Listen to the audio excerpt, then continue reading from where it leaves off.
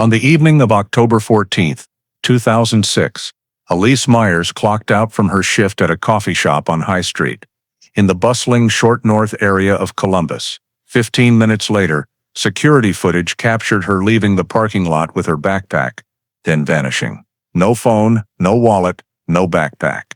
A single earring lay beside a smear of mud on the sidewalk of Neal Avenue. Her roommate called Elise's parents in Cleveland, after waiting until 3 a.m. with no sign of her. Columbus police opened a missing persons case, suspecting her ex-boyfriend, Daniel Gray, whose alibi was riddled with holes. Rumors spread across the Ohio State campus that Elise had run off, or gotten entangled in a messy romance.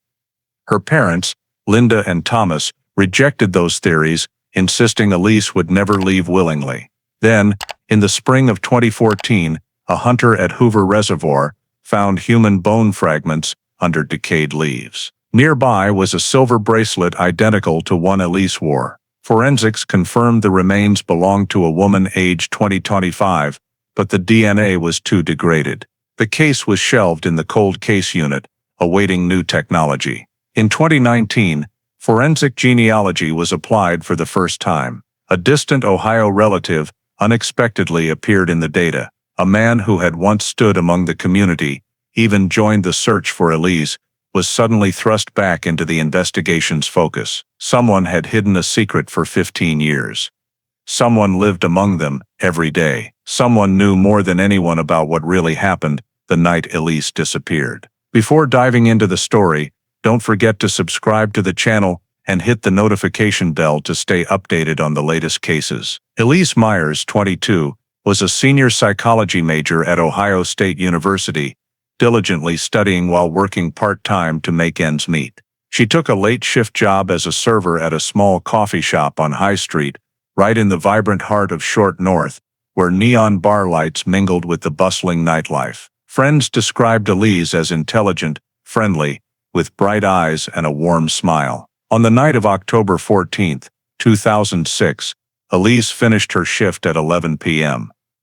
After wiping down tables and checking the bar, she waved goodbye to her coworkers, slipped on her worn jacket, and grabbed her familiar backpack. Before leaving, she made a brief call to her roommate, her voice tinged with fatigue, but still warm. "I'll be home soon." Those were the last words anyone remembered from Elise. Security footage from behind the shop showed her stepping into the parking lot. Her pace quick but slightly hurried, her long hair swaying in the breeze. Streetlights cast a faint yellow glow, stretching her shadow across the wet pavement after a drizzle. She headed toward the alley leading to the parking area, clutching her backpack close. The footage ended there. Elise never appeared again. No footage showed her reaching her car or anyone with her, just the eerie void of the surveillance screen that made the scene all the more chilling. Her roommate, used to Elise occasionally coming home late, wasn't initially concerned, but as the clock ticked past 1 a.m., then 2 a.m., worry turned to fear. She called Elise repeatedly, sent texts, but got no response. By 3 a.m., unable to wait any longer, she shakily called Elise's parents in Cleveland, waking them with words they'd never forget. "Elise hasn't come home." The Myerses rushed to Columbus that night, hoping it was a minor issue but dreading the worst. By 8 a.m., they officially reported Elise missing to Columbus PD. For them, it was the first step in finding their daughter, but no one knew it would mark the start of a years-long missing persons case, one of the most heartbreaking mysteries in the city's history. When the police received the report, they immediately sent a team to the High Street coffee shop where Elise had worked her last shift. The parking lot behind the shop was still damp from the night's rain, with morning light revealing a patchy concrete surface. Here, the first signs of her strange disappearance emerged. Amid the concrete, they found a small silver earring with a pale blue stone. Her roommate later confirmed Elise often wore an identical pair, and the discovery left the family stunned. The panic set in. Finding just one earring meant Elise hadn't had the chance to pick it up. Nearby on the concrete were unusual mud smears, as if someone had stepped from wet grass onto the pavement. Faint shoe prints were visible, but because the area wasn't secured in time, passers-by had trampled most of them. A few meters away, near the curb on Neal Avenue, clear tire tracks stood out, common for a mid-sized sedan. A witness reported seeing a dark-colored sedan, possibly dark green or black, parked there around 11 p.m. The detail was noted, but with countless cars passing through High Street, police knew they faced a needle-in-a-haystack challenge. The crime scene team photographed, measured and collected mud samples and the earring, expanding their search. They scoured the nearby Scioto River, just a few blocks away, a common spot for disposing of evidence. Detectives waded along the banks, checking eroded soil and shining flashlights through riverside trees. They found only floating trash, beer cans, plastic bags, but no trace of Elise. Her phone, wallet, and backpack had vanished, as if deliberately taken. Investigators also interviewed coffee shop staff. One recalled a customer lingering at an outdoor table for hours, ordering only a cheap coffee and watching Elise through the window as she cleaned. The description was vague. Tall, dark jacket, cap pulled low over his face. With the shop's outdoor camera broken, police couldn't verify it. It might have been a key lead or just an innocent customer caught in suspicion. A critical mistake happened that morning. High Street was a busy thoroughfare, and police only set up temporary barriers around the parking lot instead of sealing off the entire area, citing the need to avoid disrupting morning business and traffic. That decision let the scene get quickly contaminated. By noon, when they expanded the perimeter, hundreds of people and vehicles had passed through, obliterating most of the mud smears and shoe prints. Other tire tracks overlapped the sedans, making it impossible to identify the vehicle accurately. By early afternoon, police dogs were brought in, but they only followed a scent a short distance before losing it at the Neal Avenue curb, where the tire tracks were found. This suggested Elise might have been put into a vehicle there, but no direct evidence confirmed it. Veteran officers warned that failing to secure the scene early would stall the case. In a later report, one officer admitted, "We were too slow, and that may have cost us the most crucial evidence." Those words cut like a knife into the Myers family's fragile hope.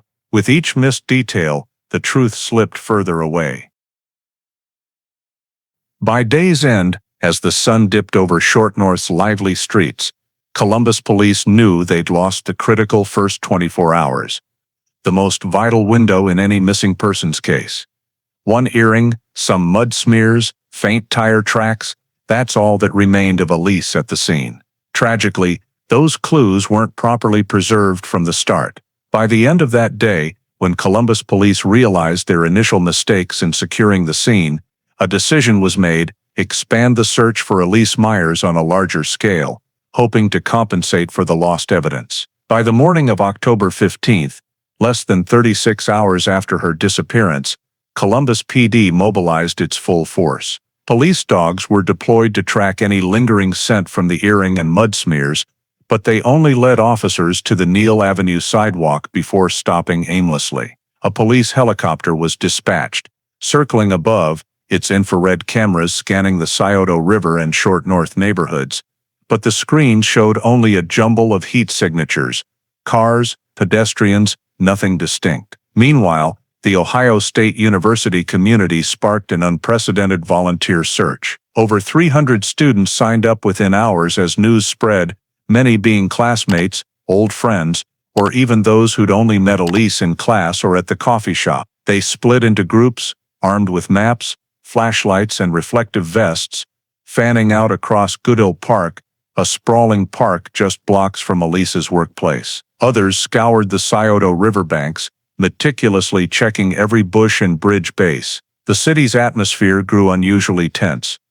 Police cars with flashing lights lined up, loudspeakers urged people to report any clues, and Elise's face appeared on countless flyers across campus bulletin boards. Local media jumped in. WBNS 10 TV aired Elise's story that evening, showing her in her coffee shop uniform, her radiant smile stark against the chilling text: OSU student missing, police seek information. The Columbus Dispatch dedicated its Sunday front page to the case, with a bold headline: search intensifies for missing student Elise Myers. Reporters trailed search teams, interviewing Elise's friends and professors, all describing her as vibrant, sociable, and unlikely to vanish without a word. The pressure on Columbus PD was relentless, with the community watching for answers. For 3 days, the search never stopped. A professional dive team scanned the river with handheld sonar. Volunteers went door to door in Short North, handing out hotline numbers. Some even printed and posted flyers on lampposts, shop windows, and bus stops. The city, usually alive with college football and student life, grew heavy with the silence of a missing person. Yet, it all led to a dead end. The dogs found no new scents. The helicopters spotted no suspicious objects. Student groups returned exhausted, empty-handed, with only muddy gloves and defeated looks. Reporters wrote repetitive lines. Search efforts yield no results. One officer whispered to a colleague, "It feels like Elise vanished into thin air." Indeed, despite the combined efforts of police and community, no clear trace emerged. It all ended in silence, leaving a haunting void, one earring, a mud smear, a faint tire track. All that remained of Elise Myers, and it wasn't enough to unravel the mystery Columbus had just entered. As the search for Elise Myers yielded no results, pressure mounted daily. The prolonged silence shifted public focus. If the victim couldn't be found, a suspect had to be. Columbus PD zeroed in on those closest to Elise, starting with Daniel Gray, her ex-boyfriend. Daniel, 24, a former Ohio State student, now working part-time at an electronics store, had split with Elise months earlier. Their breakup far from amicable, fueling rumors among mutual friends. When police knocked on his small apartment door, he cooperated but seemed visibly nervous. In his first interview, Daniel claimed he was home alone, watching football on cable the night Elise vanished. The problem, no one could verify his alibi. Neighbors didn't see him leave, but also didn't confirm he was home. Police noted this as a gap, instantly making Daniel the prime suspect. Meanwhile, police vetted male coworkers from Elise's night shift. Ryan, a 21-year-old barista who worked with her that night, was questioned but had a solid alibi. Shop cameras showed him leaving nearly an hour before Elise, and his time card confirmed he left the area right after his shift. A few classmates from Elise's evening language class were also checked, but all had alibis. Additionally, a neighborhood witness reported seeing a dark green sedan parked near the lot behind the coffee shop around 11 p.m. on October 14th. A man sat inside, engine running but lights off, as if waiting for someone. This matched the tire tracks at the scene, but the witness only recalled the first 2 characters of the license plate. A's 7, the rest a blur. Police ran the data, but got hundreds of matches too vague to pinpoint. The green sedan became a ghostly clue in the case file, enough to spark suspicion, but not enough to accuse anyone. The media, hungry for updates after days of fruitless searches, latched onto Daniel Gray. Columbus Dispatch articles hinted that police were focusing on Elise's ex, though no public evidence existed. Evening shows on WBNS 10 TV replayed footage of Daniel leaving the police station, looking drained, hiding under a hooded jacket. Captions fanned the flames. Ex-boyfriend questioned in missing student case. Public pressure nearly convicted Daniel in the press before a court could intervene. The Myers family stayed silent, but Elise's friends were divided. Some believed Daniel, known for his temper and past arguments, might have followed her that night. Others thought he was just a scapegoat for baseless suspicion. Police felt the pressure too. They knew Daniel's alibi was shaky, but there was no blood, no fingerprints, no direct witness tying him to the scene. Plus, the green sedan, the strongest lead, remained out of reach. On the 5th night, after Elise's disappearance, detectives held an emergency meeting at Columbus PD headquarters. A city map on the wall was studded with red pins, the earring's location, the tire tracks, where the dogs lost the scent. Daniel Gray's photo sat at the center, next to an image of a dark sedan. One detective sighed, "The public's pushing us one way. But if we're wrong, this all falls apart. The clock neared midnight, the air thick with frustration.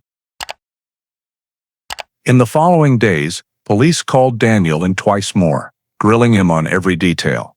They even got a warrant to search his apartment, seizing his laptop, phone, and clothes. But every test came back clean. No trace of Elise, no suspicious data, nothing linking him to the green sedan. Yet, to the public, these repeated interrogations only solidified Daniel as the prime suspect. As new evidence failed to surface, the case hit a strange stalemate. Police couldn't charge Daniel, but couldn't clear him either. The community grew restless, and the media kept digging up vague details to stay relevant. In his small apartment, Daniel Gray shuttered his windows, avoiding neighbors' stares. In Cleveland, the Myers family clung to Elise's silver earring, the only tangible clue left, and whispered the haunting question, if not Daniel, who took their daughter? For months, Columbus PD's investigation fixated on one name, Daniel Gray. Press briefings repeatedly fielded questions about him, and in the investigation room, his photo anchored the city map like a default target. Resources, manpower, time, zeroed in on proving his involvement, sidelining other leads. A witness near the parking lot reported hearing hurried footsteps in the alley around 11:30 p.m. that night, followed by an engine revving, but the statement was hastily noted, with no follow-up at the scene. Another, a gas station worker on Neal Avenue, recalled a panicked-looking man buying gas around the time Elise vanished. Yet police never took a formal statement, simply because it wasn't Daniel. In the case file, the silver earring and mud smears in the parking lot were the only solid evidence. But in 2006, DNA testing was costly and required meticulous sample handling. Columbus PD, strapped for funds, and the state lab, overwhelmed with higher-profile cases, didn't prioritize. The earring was sealed in a plastic bag and stored in evidence. The mud was photographed, sampled sloppily, and tucked away.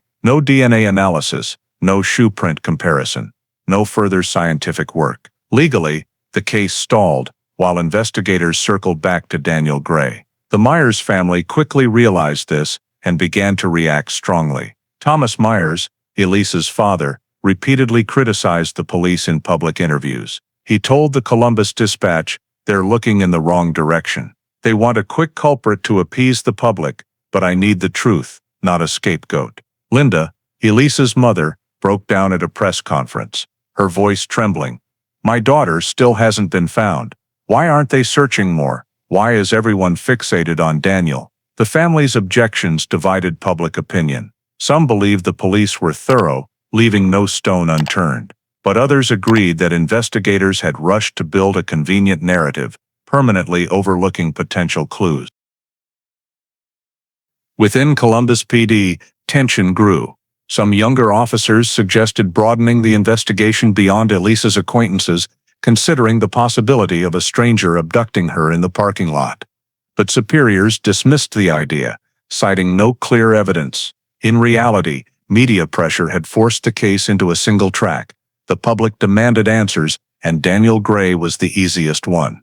Yet, with no weapon, no DNA, no direct witness, the case became a hopeless loop. Each time police summoned Daniel to the station, the press captured him in a dark jacket, head down, avoiding cameras. The ex-boyfriend suspect story sold papers, boosted TV ratings, and inadvertently overshadowed other investigative paths. When an officer suggested sending the earring to a private lab for testing, the boss shot it down. "We can't spend tens of thousands of dollars just to get nothing. Daniel's the clearest lead. Focus on him." And so, the most critical piece of evidence continued to gather dust in storage. Meanwhile, the Myers family didn't give up. They hired a private attorney and reached out to missing persons organizations to apply pressure. They printed thousands more flyers, distributing them across Ohio State's campus and nearby neighborhoods. They also held a vigil at Goodell Park, where Elise once strolled with friends. Under candlelight, Linda choked out, "If the police won't seek justice for Elise, we won't stop." Her words, broadcast on TV, touched many in Columbus. Despite their efforts, the official case stalled. By late 2007, despair began to shroud the Elise Myers case.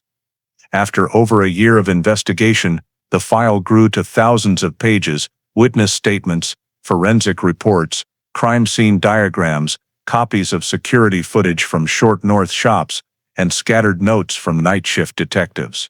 But despite its heft, it was like a book folded at the first page. No progress, no answers. Columbus PD's press briefings grew brief, repeating, "We're still actively investigating," while reporters grew bored, pushing the case off front pages for hotter news. For the Myers family, this indifference was another cut to an unhealed wound. Thomas and Linda refused to let the case fade. When they saw police diverting resources from Elise's file, they hired a private investigator. Howard Daniels, a former Cleveland detective, was given all the documents the family could access. Daniels combed Columbus, questioned Ohio State students, reviewed local sex offender records, and even traveled to Dayton to explore an assault case once linked to Elise's. But after months, he found nothing beyond what police already knew. In a spring 2008 meeting with the Myers, Daniels admitted, "I haven't found anything new. Every lead feels buried." The family's faint hope in him dissolved, leaving a colder void than the police's silence. Throughout 2007 and 2008, the Myerses held memorials, distributed flyers, and urged the community not to forget Elise. Candles glowed in Goodell Park. Posters of Elise's radiant smile stayed plastered on high street poles, but passers-by grew increasingly indifferent. Media only revisited the case on its anniversary, then quickly moved on. Friends-supported texts and neighbors' calls dwindled, leaving the Myerses feeling abandoned in a city rushing forward. For Columbus PD, Elise's case was a thorn. No officer wanted to admit defeat, but none were eager to pour more resources into a time-draining file. In early summer 2008, the decision was made. Elise Myers' case would move to the cold case unit. A cold memo noted the date, a commander's signature, and all evidence was boxed, labeled, and archived. The silver earring sat sealed in plastic, the mud smears hardened in an evidence container, and tire track photos became mute relics. The Myerses were thunderstruck by the news. Linda sat silently for hours in their Cleveland kitchen, the phone on the table now useless. Thomas slammed his fist down. "My daughter isn't a file to be shelved," but protests were futile.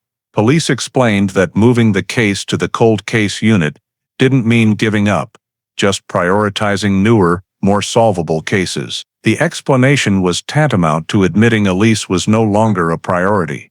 During this time, Linda began a journal, each page a way to keep Elise's memory alive. Day 500 without Elise. I walked past the High Street parking lot where she disappeared. Everything's the same, only we've aged. Her trembling words reflected a despair no investigation could ease. Thomas buried himself in work, taking long business trips to dull the pain. But at night, he lay awake, staring blankly into the darkness beyond the window. In Columbus, Ohio, State students still mentioned Elise, but her name became a cautionary tale. Don't walk alone at night. Remember Elise Myers? Initial fear gave way to familiarity, then a faint shadow in collective memory. Meanwhile, the case officially froze. No more press releases, no more searches, no constant police presence, just boxes of files stacked in a cold storage room, waiting for someone to reopen them. By late 2008, the Myerses understood that the path to justice for Elise would be long. They'd exhausted the hopeful first leg, then plunged into despair's depths. They'd trusted police, media, a private investigator, all yielding only promises and dead-end clues. Entering the third year, Elise Myers' case was no longer Columbus's focus, but a cold file, lost in the shadows, where time marched on without bringing them closer to the truth. After the case was officially moved to the cold case unit in late 2008, silence enveloped the city. The press, once relentless with sensational headlines and special reports, now mentioned Elise Myers sporadically, mainly on disappearance anniversaries, or when the family held community events. On the Columbus Dispatch's front page, new crimes, political disputes, or sports took precedence, relegating Elise's case to a few lines in the back. CBS 10 TV, which once looped footage of Elise leaving the coffee shop, rarely brought it up. For most of the public, her disappearance became a distant story, a collective scar they no longer faced. But for the Myers family, the pain never faded. Thomas and Linda decided that if the community wouldn't keep Elise's name alive, they would. They launched the Find Elise 5K run, an annual race around Ohio State's campus and along the Scioto River. The first event in 2009 drew hundreds, mostly students, faculty, and those who joined the initial searches. Participants wore shirts with Elise's face, "Bring Her Home," printed on the back. Funds raised went to printing more flyers, renting billboards, and covering private DNA lab costs. Though the money was a drop in the bucket, the Myerses saw it as proof to the city they hadn't given up. Linda, once quiet and gentle, became the face of press conferences. Each time she faced a microphone, she repeated, "If anyone knows something, please don't stay silent." She clung to the belief that someone in Columbus knew what happened to Elise, but hadn't spoken. Yet when the cameras turned off, Linda returned to solitude in their Cleveland home. She kept Elise's room untouched, blue floral blanket, unfinished textbooks on the desk, even the perfume bottle Elise loved, still in place. For Linda, it wasn't denial, but a fragile hope. One day her daughter might walk through the door to find everything waiting. Thomas took a different approach. He managed the Find Elise Fund, handling logistics, paperwork, and volunteer contacts. He rarely spoke of emotions, but his eyes lit with resolve when new flyers were printed. Each one posted on a high street pole was a declaration that Elise wasn't forgotten. Some in the community, though less active, stopped by with encouragement. A student who'd joined the search returned to the run, saying, "I didn't know Elise, but I don't want her name to vanish." Such words were rare comfort for the family. Still, the broader community drifted away. From 2010 onward, Find Elise event turnout dropped from hundreds to dozens. Time had passed, and Columbus was caught up in new stories. The Myerses saw this truth, but pressed on. Linda wrote in her journal, "If it's just me and Thomas running on the anniversary, I'll still run. I'll run until I can't." In those years, Elise's room became Linda's emotional sanctuary. Each night, she sat on the bed, rereading Elise's old journals, study notes, book quotes, small details that kept despair at bay. She told friends she sometimes felt, opening the door, like Elise had just left for class, that turning around might reveal her daughter's smile. From 2009 to 2012, the case saw no progress. The cold case unit occasionally updated the family with no developments. Linda and Thomas nodded silently, then returned to their routine, maintaining the fund, organizing events, keeping Elise's memory alive. They knew, as the community forgot, the burden of keeping the flame fell to them, and they vowed it wouldn't go out, no matter how faint it burned in the dark. In early 2014, nearly 8 years after Elise Myers' case went cold, a shocking event jolted Columbus. In March, a duck hunter in a rarely visited thicket of Hoover Reservoir, northeast of the city, stumbled on something odd under decayed leaves and branches. As he brushed them aside, his heart sank, a white bone fragment poked through the dark soil. Thinking it might be animal remains, he cleared more debris, revealing a distinctly human leg bone. Panicked, he called 911, alerting Franklin County Police. Within an hour, the scene was sealed. The forensic team and cold case unit detectives descended on Hoover Reservoir, a popular Ohio State student picnic spot with dense, untouched woods. As they dug deeper, they found more scattered bones, disturbed by time and wildlife.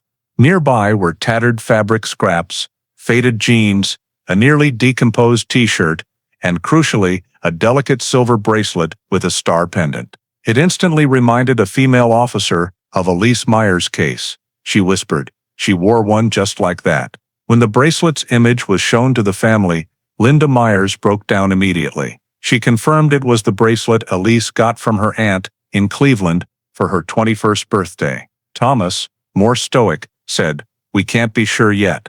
We need science to confirm." But his trembling eyes betrayed him as he stared at the weathered silver. Forensic experts got to work. Initial findings showed the remains belonged to a young woman, aged 20-25, perfectly matching Elise's age at the time of her disappearance. Estimated height was 5 feet 4 to 5 feet 6. Elise was 5 feet 5. Every metric suggested this could be the answer the Myerses had awaited for nearly a decade. But when bone samples were sent for DNA analysis, the results brought crushing disappointment. The genetic material was too degraded after years in the damp, exposed reservoir environment. There wasn't enough intact DNA for a profile comparison. Forensic scientists admitted, "We can't confirm identity with DNA at this point." Instead, they relied on morphological analysis, age, sex, height, and the physical evidence of the bracelet. But in forensic science, possible is never enough to close a case. For the Myers family, the shock was like plummeting from hope's peak to despair's depths. Linda, clutching the bracelet police brought her, nearly collapsed. She whispered, "This is my daughter. I know it's her." But detectives had to clarify there was no official confirmation. Thomas sat silently for hours in their living room, facing Elise's high school graduation photo. He felt tortured. If this was Elise's, they could at least give her a proper burial. If not, the perpetrator was still out there.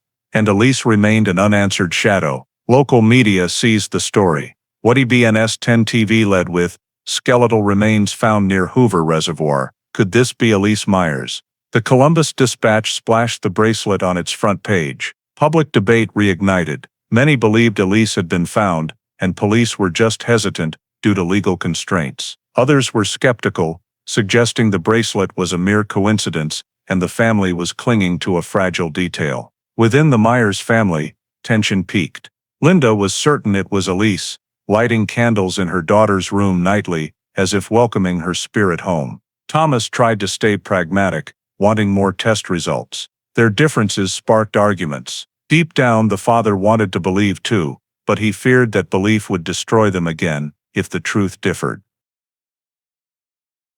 With DNA results hindered by heavy bone degradation, they had to try every other method. The first step was dental record comparison. The Myerses provided Elise's full dental history from her high school and college years. Forensic dentists meticulously compared details: unerupted wisdom teeth, a filling on the left molar number 14, a small chip on a front tooth from a 2003 volleyball accident. When matched against the Hoover Reservoir skull's teeth, the characteristics aligned strikingly. Forensics concluded a high likelihood of a match, but with the teeth also badly damaged, they couldn't declare 100% certainty. Undeterred, investigators pursued DNA again. Bone samples were sent to Ohio State Lab, then to a federal facility with advanced technology. Scientists labored to extract any remaining DNA from bone marrow, comparing it to Linda and Thomas's parental samples. The result was a cold statement: the sample is insufficient for a definitive conclusion.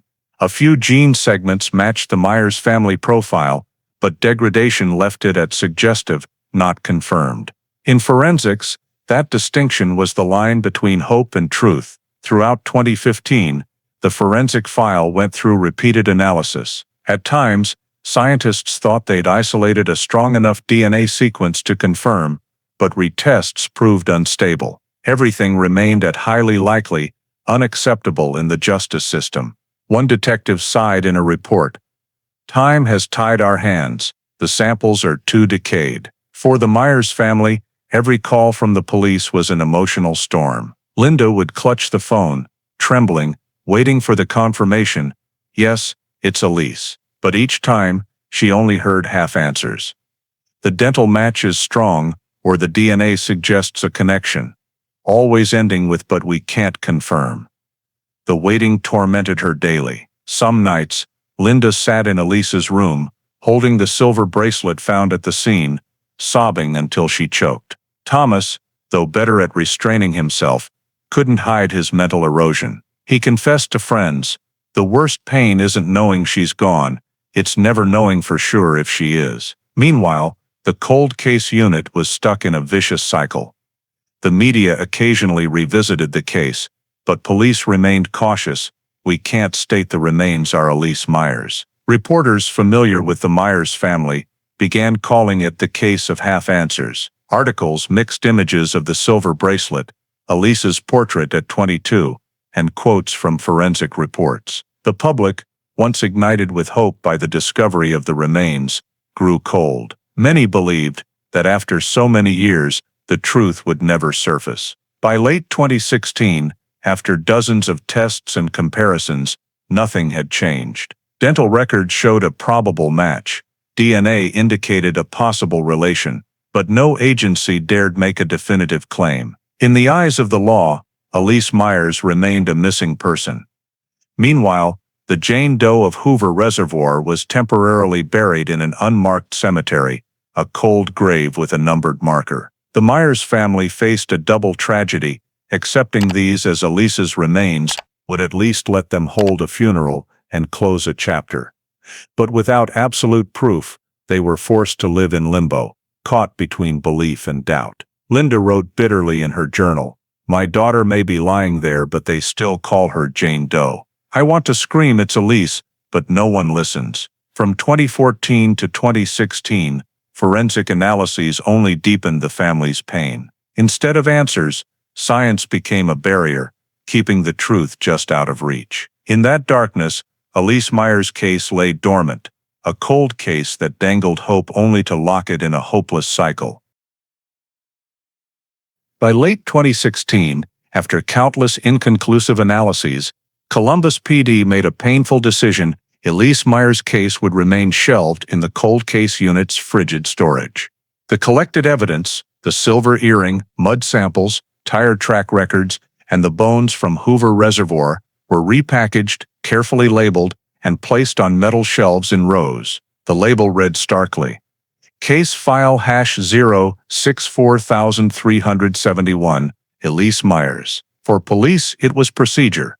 For the Myers family, it was a declaration that justice was deferred indefinitely. The family heard the news in a brief meeting at police headquarters. Linda sat silently, hands clenched, while Thomas slammed his fist on the table, unable to contain his fury for the first time. He growled, "You're burying my daughter again. She's not a file to be shelved." The lead detective could only sigh, explaining that all DNA samples were preserved, that future technology might offer a chance, that they hadn't given up. But those promises rang hollow to Elise's parents, who had waited nearly a decade only to hear insufficient evidence repeated. After that meeting, Thomas spiraled. Once steadfast, often holding Linda's hand during press conferences, his faith was now drained. He began drinking heavily, neglecting work, spending nights alone in the garage, staring at leftover boxes of flyers with Elise's face from the early search years. Friends noted Thomas aged a decade in months. Linda tried to hold strong, but she too broke down in Elise's room, clutching the tarnished silver bracelet. Columbus's community no longer paid much attention. 8 years after Elise's disappearance, the case was just a familiar name on the city's cold case list.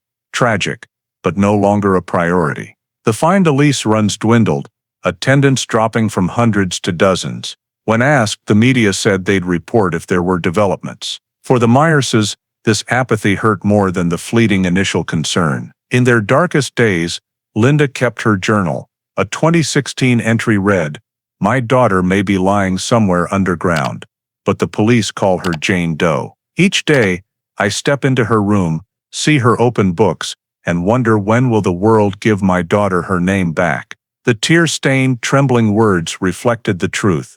The family's only hope now rested in DNA technology they barely understood.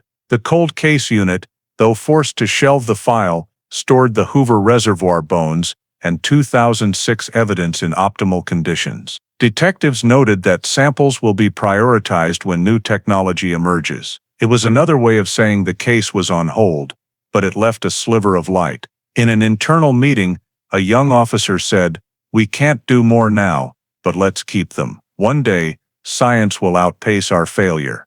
The words were recorded in the minutes, a quiet reminder that Elise Myers wasn't entirely forgotten. But for the family, distant promises couldn't ease daily loss. Thomas showed signs of depression, rarely leaving home, barely joining community events. Linda alone sustained the Find Elise Fund, sending small donations to DNA research groups, hoping someone would remember her daughter's file. She sometimes received curt replies, "We'll contact you if there's a chance." Those echoed the police's words, a hopeless loop. The year 2016 closed with a cold reality. Elise Myers' case entered its second freeze. No more press conferences, no searches, no hundreds of volunteers with flashlights in Goodell Park. Just an evidence box in storage and a family wilting daily. To Columbus, it was an old file. To Linda and Thomas Myers, it was their heart, frozen, awaiting a spark from the future to revive it. In 2019, Elise Myers' case, dormant in cold storage for over a decade, was rarely mentioned outside anniversaries. But in forensics, a quiet revolution had begun. Forensic genealogy, combining DNA analysis with public genealogy databases. After its success in solving the Golden State Killer case, police departments nationwide tested it on hopeless cases. Columbus PD's Cold Case Unit, long haunted by Elise's case, saw a glimmer at the tunnel's end. In early spring, they contacted Bode Technology, a leading DNA and genealogy lab. When the Hoover Reservoir bones were packaged, sealed, and sent to Virginia's Bode facility, detectives felt they were betting their last shred of faith on a final journey. They knew failure could bury Elise's case forever. Linda and Thomas Myers were informed. Linda wept, clutching the phone. They're trying again, with new technology. For her, it was the first time in years hope held meaning. The analysis took months. Bode experts used remaining bone DNA to build a profile for comparison with public genealogy databases, where millions of Americans had uploaded genetic data to trace relatives or origins. It was a sophisticated game of odds. No need to find the killer immediately, just a distant cousin, even 3 or 4 generations removed. From there, tracing the family tree could narrow suspects. By fall 2019, Bode sent Columbus a report dozens of pages long. The DNA from the Hoover Reservoir bones linked to an Ohio family, the Davidsons. Specifically, it matched a distant relative who'd uploaded their data. This didn't instantly confirm Elise's identity, but opened a new investigative path. If these were her bones, the person who took her to the reservoir was likely in or around the Davidson family. The Cold Case Unit called an emergency meeting. On a board, they mapped the complex Davidson family tree from Bode, with dozens of names across Ohio. Each branch was marked, each individual vetted, who lived in Columbus in 2006, who had a criminal record, who owned a sedan. After weeks, they narrowed it to 3 Davidson cousins in central Ohio during Elise's disappearance. Only one was in Columbus then, Mark Davidson, 52, a long-haul truck driver, living quietly in the city's suburbs. When this reached the Myerses, Thomas sat stunned, whispering, "That name, I remember it vaguely from the 2006 suspect list, but it was never pursued." Linda trembled. "If this is the final road, I pray to God it leads to the truth." Once again, their hearts teetered between hope and fear. Within Columbus PD, the mood shifted. After over a decade of guilt over their failure, detectives felt they held a real key. One officer noted in the record, "This technology could bring Elise back to us and point to who took her life." But they knew it was just a start. Genealogy was a guide, not a verdict. To turn it into justice, they needed a direct DNA match from a suspect. As 2019 closed, Elise Myers' case entered a new chapter. From a file buried in the Cold Case Unit's freezer, it flared back to life through genetic technology. For the Myerses, it was the first time they dared imagine Elise reclaiming her name, no longer Jane Doe Hoover Reservoir. But a fear crept in. If the killer was in plain sight, Columbus faced an unprecedented shock. Bode Technology's late 2019 report transformed the Cold Case Unit's atmosphere. On a whiteboard, the Davidson family tree sprawled with interconnected names. Initially, hundreds of distant relatives linked to the Hoover Reservoir DNA. But after filtering who lived in Ohio, was the right age, was in Columbus in 2006.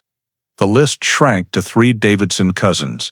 2 lived out of state in 2006, with travel records, leases, and tax filings confirming their absence from Columbus.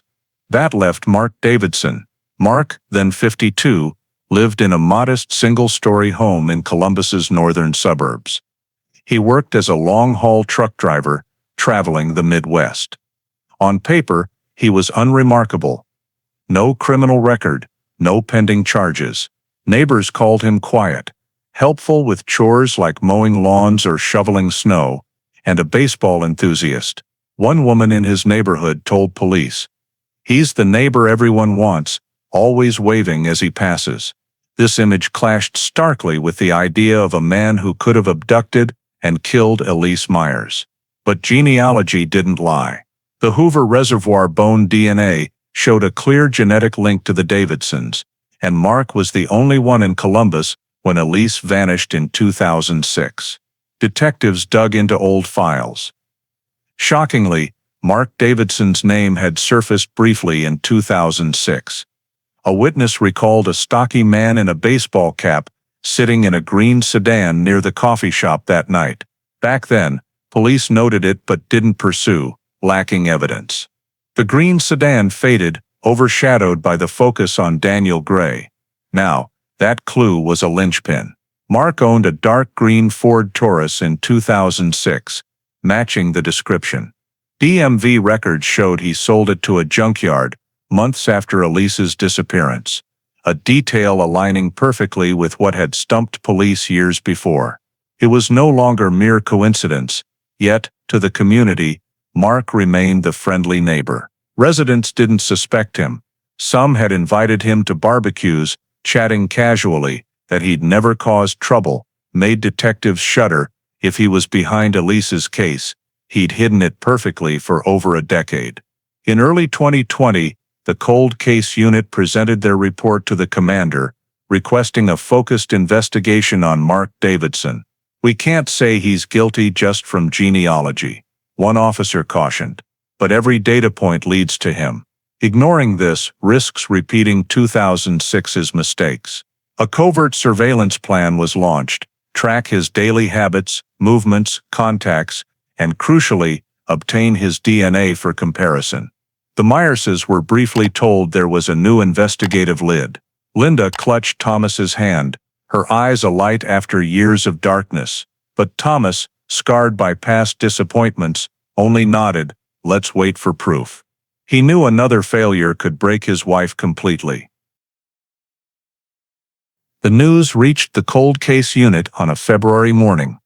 Detectives gathered around the table, staring at the confirmation sheet with a mix of awe and relief. One whispered, "We found him." For them, it was a moment of vindication for 13 years of persistence. All the past mistakes, overlooking Davidson, fixating on Daniel Gray, letting the crime scene erode, culminated in an indisputable result. When informing the Myers family, detectives maintained procedural caution. Linda sat still, hand over her mouth, as they said, "We have a DNA match to a suspect." Tears streamed down as she whispered, "This is what we've waited nearly 14 years for." Thomas, long subdued, gripped the detective's hand for the first time, eyes red. Columbus PD immediately began the next phase, preparing an arrest warrant. But before the decisive move, they monitored Davidson for a few more weeks, both to collect backup DNA samples and ensure he didn't act erratically. They tailed him at the bar, supermarket, even walking his dog. Each discarded beer can or cigarette butt was collected, and every test confirmed the match. The repeated confirmations erased all doubt. Davidson was the one who left traces on Elise's shirt in 2006. In internal reports, a detective wrote, "For 13 years, this case was a scar that wouldn't heal. But now, technology and patience have given us an answer." Elise Myers has finally been given a voice. As Columbus PD submitted the file to the Franklin County prosecutor, they knew the confrontation was imminent. Davidson was no longer the friendly neighbor the community knew, but the prime suspect in the city's most heartbreaking disappearance. This time, with airtight DNA evidence, there was no escape, like in 2006. The latest file confirmed Mark Davidson's DNA perfectly matched the trace on Elise Myers' shirt. But to build a solid indictment, Columbus PD needed to revisit the original 2006 case file. They reopened thick, dust-yellowed folders filled with cursory interrogation notes and scribbled crime scene reports. From the first pages, a bitter truth emerged. Davidson had briefly appeared in the initial investigation, only to slip away like a shadow. In October 2006, days after Elise vanished, young detectives briefly questioned Davidson because he lived near her usual walking route home. He claimed he was at a friend's house in Westerville that night, drinking beer and watching football. The friend corroborated, creating a seemingly solid alibi on paper. No one cross-checked with cameras, beer receipts, or phone records. "We let him slip through like a breeze," a retired detective admitted, looking back. More painfully, weeks later, Davidson joined a volunteer group of students and neighbors searching for Elise around Goodale Park. Local TV station WBNS 10 TV captured him in a green jacket, holding a flashlight, moving with the crowd, his face somber as if grieving. That footage, reviewed nearly 15 years later, chilled investigators. The killer may have stood among the searchers, blending into the candlelit vigils, playing the model citizen. The media even briefly interviewed him, with platitudes like, "We all hope Elise comes home safe." No one knew he was acting for the cameras. Re-examining statements and data, the cold case unit realized the extent of their 2006 negligence. The odd mud smears on Neal Avenue's sidewalk were never compared to Davidson's shoes. The vaguely described green sedan was never matched to his vehicle. Even as the Myers family repeatedly urged a broader investigation, police fixated almost entirely on Daniel Gray, Elise's ex-boyfriend, dismissing other leads. Davidson's seemingly solid alibi erased suspicion. By 2007, his name had all but vanished from reports. The current investigators, watching old news clips of Davidson with a flashlight in the search, sat in silence. It was heavier than any reproach. They knew Elise could have been found sooner, sparing the Myerses 14 years of anguish. The error wasn't just procedural but stemmed from haste. Police wanted an obvious suspect, a quick answer to calm the public, and Daniel Gray became the perfect scapegoat. Meanwhile, the real culprit mingled freely, smirking for cameras. When the cold case unit compiled their 2020 report, they dedicated a chapter to 2006 mistakes. It read, "Overlooking Mark Davidson, an individual with direct geographic ties to the victim, was a grave strategic error. Failure to verify his alibi, over-reliance on third-party confirmation, and allowing the suspect to join community activities unsupervised prolonged the case by 14 years. The Myers family, learning these details, grew more bitter. Linda cried out, "We saw him at the searches. He stood right there, and we thought he was a good person." Thomas bowed his head, silent, eyes red. For them, it was not just the loss of their daughter, but a double betrayal, deceived openly by the killer and failed by a justice system that missed clear signs. Still, revisiting the file helped Columbus PD understand how Davidson manipulated the community. He didn't just hide his crime with a false alibi, he crafted a good neighbor persona to fool everyone. His audacity, exposed in 2020, outraged Ohio's public. With ironclad DNA evidence, there was no escape for Mark Davidson like in 2006. At dawn on March 15, 2021, the quiet North Columbus neighborhood jolted awake to roaring engines and flashing red-blue lights. A Columbus PD SWAT convoy surrounded the red brick house everyone knew, Mark Davidson's. Within minutes, a megaphone blared, "Mark Davidson.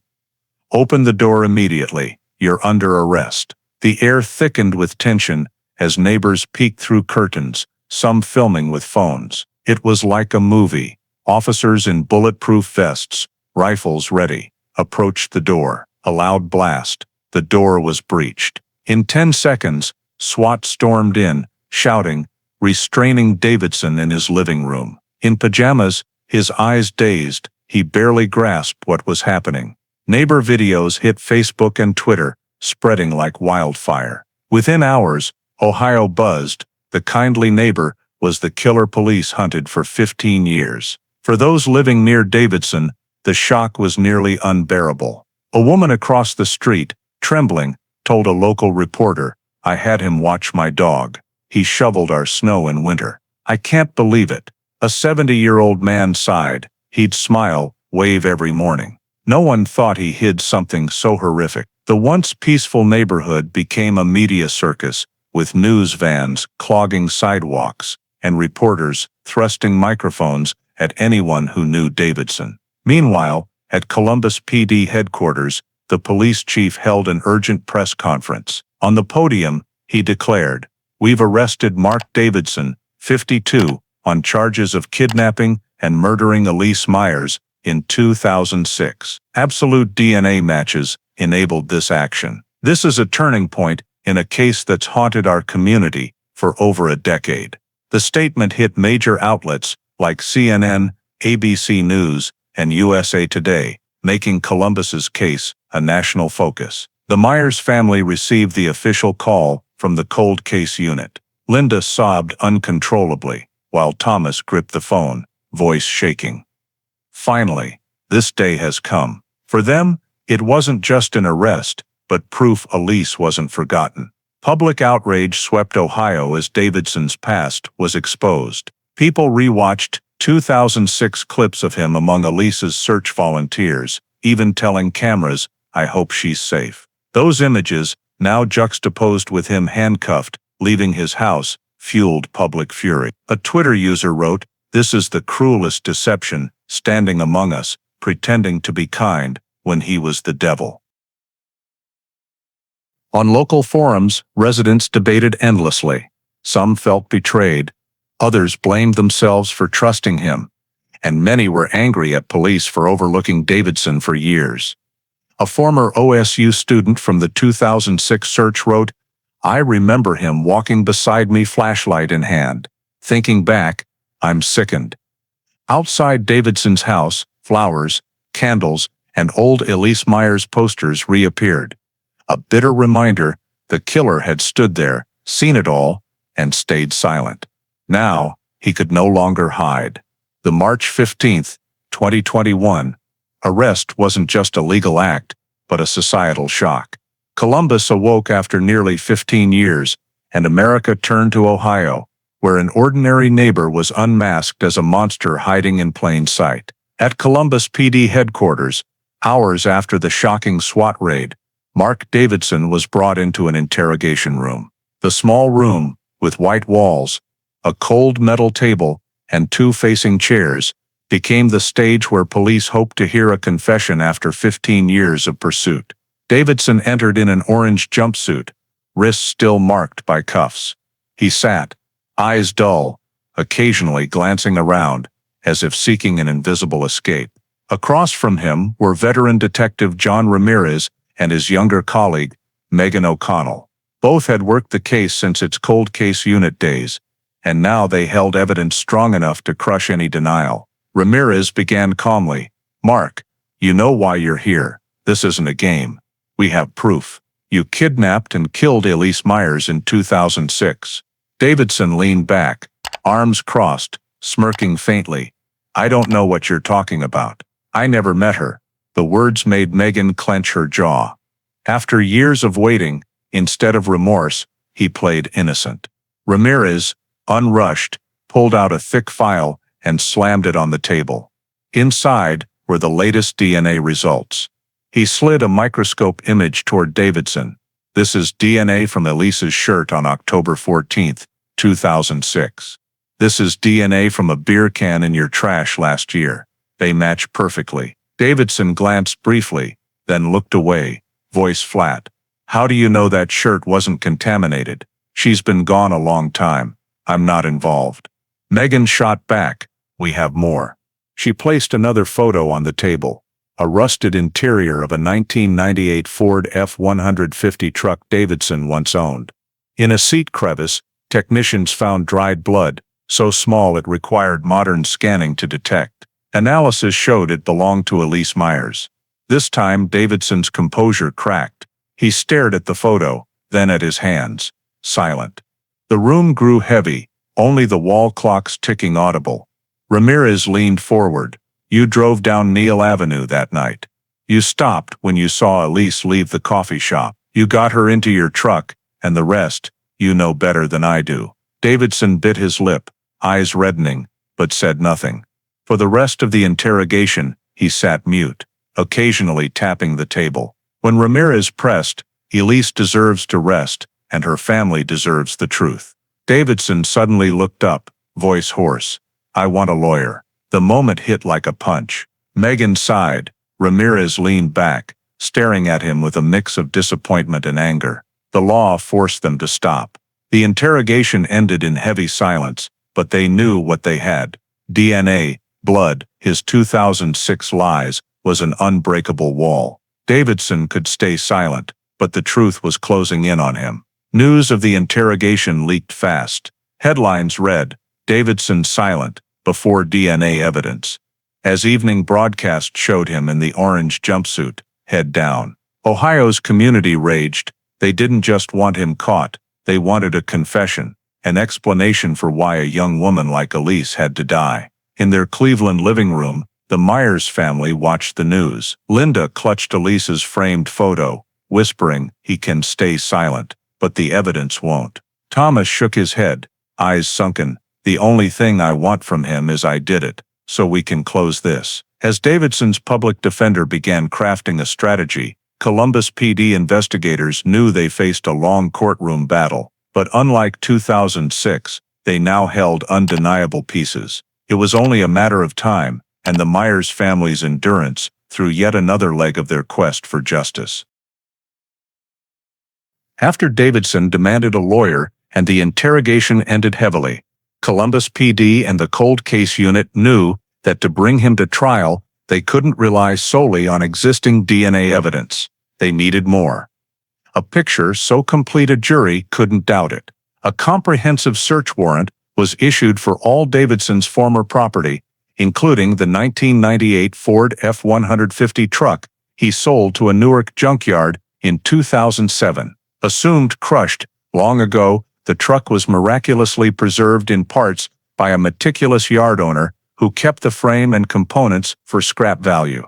When forensic technicians first accessed the rusted oil-stained truck, covered in dust, small details told a story. In a rear seat crevice, they found black fabric fibers jammed tight. Lab analysis matched them to the jacket Elise wore during her final shift at the High Street coffee shop in 2006. Then, on the truck's floor, they spotted a faint brown stain, so small it needed UV light to detect. Sampled, and compared to Elise's DNA profile, it was a perfect match, microscopic blood, likely from when she was forced into the vehicle. These two pieces gave prosecutors key evidence that Elise was in Davidson's truck the night she vanished. Meanwhile, the cold case unit tracked down old witnesses. A woman near the coffee shop, now in her 60s, read about Davidson's arrest. A buried memory from 15 years ago resurfaced. She called police, recalling that on October 14, 2006, passing the parking lot, she saw a dark green old Ford truck parked near the exit. Its headlights irritated her eyes, and she noted a license plate with a K and 37. Back then, she thought it trivial. Now, investigators confirmed it was Davidson's truck. The new forensic report and witness statement were added to the file. The story cohered. Elise finished her shift, left the shop, crossed the lot. Davidson, waiting in his old truck, lured or forced her in, leaving blood and fabric traces. The truck was sold soon after, nearly destroyed, but enough remained to tell the truth. 15 years later, the pieces finally fit. Ohio media pounced. The Columbus Dispatch ran an editorial, "The old truck speaks for Elise." WBNS 10 TV aired a map of the lot beside Davidson's truck image, creating a stark visual. The public was outraged and chilled. The killer lived among them, evidence once in plain sight but ignored. The Myers family, informed by police, wept and held hands. Linda whispered, "She left traces. We just didn't find them sooner." In the prosecutor's office, the legal team grew confident. They had DNA from Elise's shirt and Davidson's trash, blood in the truck, matching fabric, a witness confirming the truck, and Davidson's deceptive search party involvement. Each piece was a hammer, sealing his defense shut. Davidson, through his lawyer, continued to remain silent. But that silence now felt like self-incrimination. The case's picture was clear. The perpetrator waited for the victim, kidnapped her, put her in his truck, and vanished. The 2006 case, once seemingly hopeless, now stood out with stark detail. Ohio's public followed every development, while the Myers family prepared for the trial, the day they hoped to hear the final two words, guilty. On May 12, 2022, Franklin County Courthouse was packed. Mark Davidson's trial began, drawing attention across Ohio. Reporters jostled for seats, live TV cameras focused on the courtroom, and outside, a crowd with "Justice for Elise" signs formed a long line. The Myers family sat in the front row, Linda clutching her daughter's photo, Thomas staring at the defendant, as if to pierce the wall of silence Davidson had built for 16 years. Davidson entered in an orange jumpsuit, head bowed, face ashen. Gone was the kindly neighbor who fooled everyone. Only the shadow of a murderer facing justice remained. Lead prosecutor Karen Holt took the stand, opening with a detailed timeline projected on a large screen. On October 14, 2006, she said, voice resounding. Elise Myers clocked out at the High Street coffee shop. Cameras captured her final moments. Then she vanished. Elise's smiling image in her uniform appeared, bringing tears to many. Holt continued. In 2014, a hunter found remains at Hoover Reservoir. In 2019, forensic genealogy led us to the Davidson family. In 2021, absolute DNA matches led to Mark Davidson's arrest. She turned to the jury. This isn't a string of disconnected events. This is a story of deliberate kidnapping and murder, and the perpetrator sits before you. Holt presented evidence methodically, microscopic blood in the old truck, fabric matching Elise's jacket, DNA on her uniform, a witness seeing Davidson's truck in the lot. She left no detail untouched, piecing together a complete picture. Footage from the 2006 search showed Davidson with a flashlight among volunteers. Holt paused, then looked at the jury. He stood among us, pretending to search for Elise, while he hid her. This isn't just a crime. It's the cruelest deception. Defense attorney Richard Cole tried to counter. Standing calmly, but with evident strain, he said, "Ladies and gentlemen of the jury, DNA can cross-contaminate. The old truck changed hands. A witness recalling details after a decade is entirely fallible." He leaned on police delays, past mistakes, and the chance of degraded evidence to sow doubt. "Don't let emotion override reason," Cole concluded. "Your duty isn't to punish, but to ascertain the truth with certainty." Yet, when the prosecution presented DNA results with a 1-in-2.5 trillion accuracy, no one in the courtroom could deny it. Forensic experts testified, confirming no possibility of error. A Bode Technology geneticist stated bluntly, "This DNA could only belong to Mark Davidson, no one else." Silence blanketed the room, save for the jury's pen scratching. Over the 2-week trial, the prosecution painted Elise Myers as a real person, a student full of dreams, a young woman robbed of her future. The Myers family testified.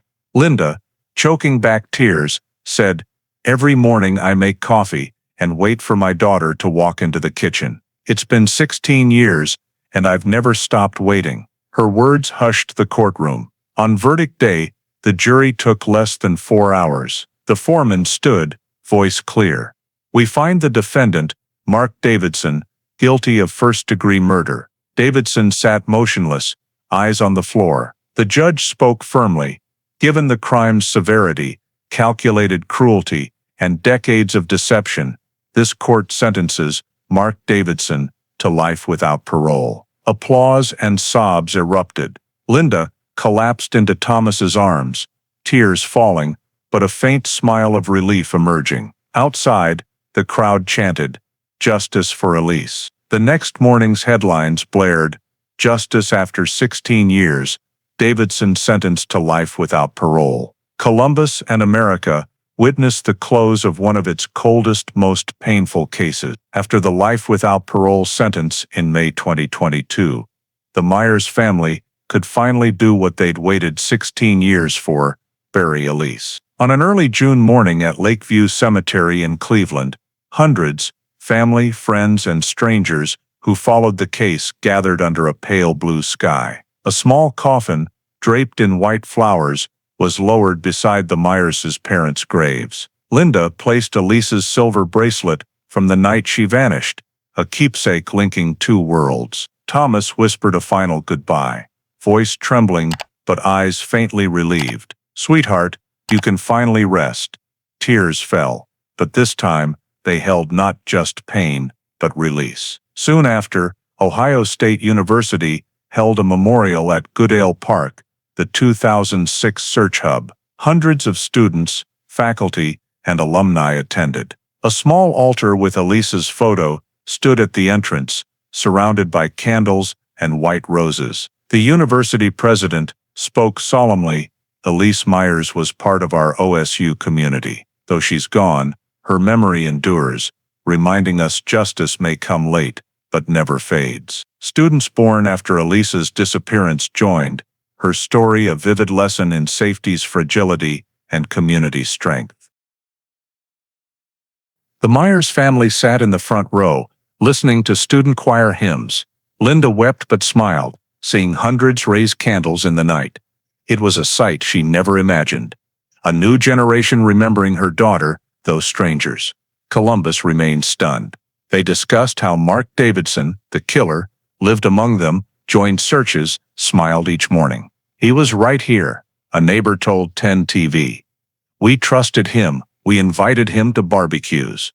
All the while, he hid a horrific crime. Betrayal spread, making people eye neighbors warily.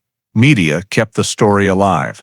The Columbus Dispatch editorialized, "Justice came late, but the community still hurts."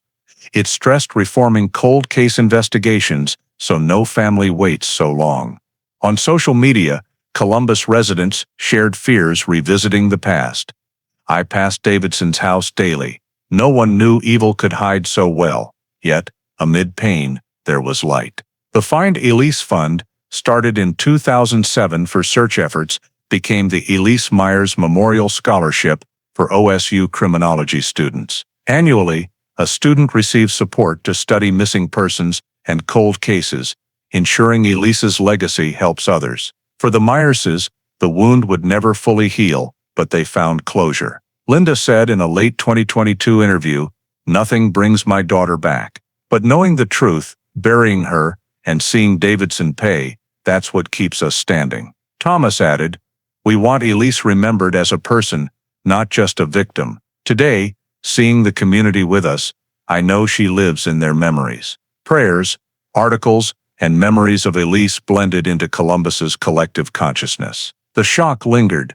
A killer could live next door, laugh, join the community. But so did faith that justice prevailed, thanks to the tireless police and Myers family.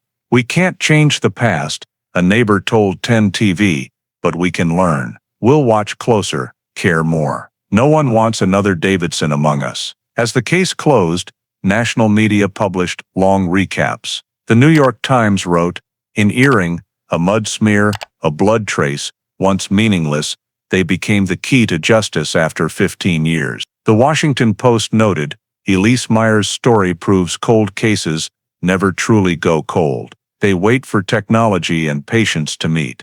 For Columbus Police, Elise's case became a guiding light. The cold case unit gained funding, staff, and ties to high-tech labs. Over 200 unresolved Ohio cases were revisited.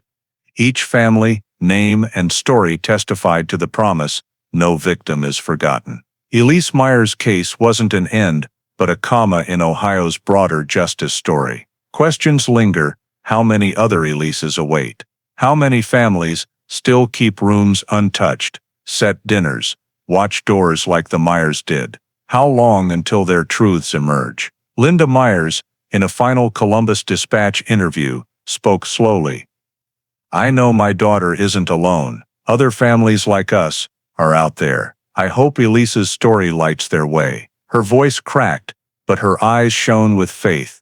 Justice may be delayed, but never extinguished. At Franklin County Courthouse's end, where applause echoed after the verdict, a plaque for Elise Myers was hung. Beneath her smiling photo read, "Gone but never forgotten." People stopped to photograph, lay flowers, and whisper prayers. In each step, the story's echo lingered, a warning, a hope, and an eternal message that justice, though late, can be found. Elise Myers' story, and the 15-year quest for justice, isn't just a personal tragedy, but a mirror to issues American society still faces.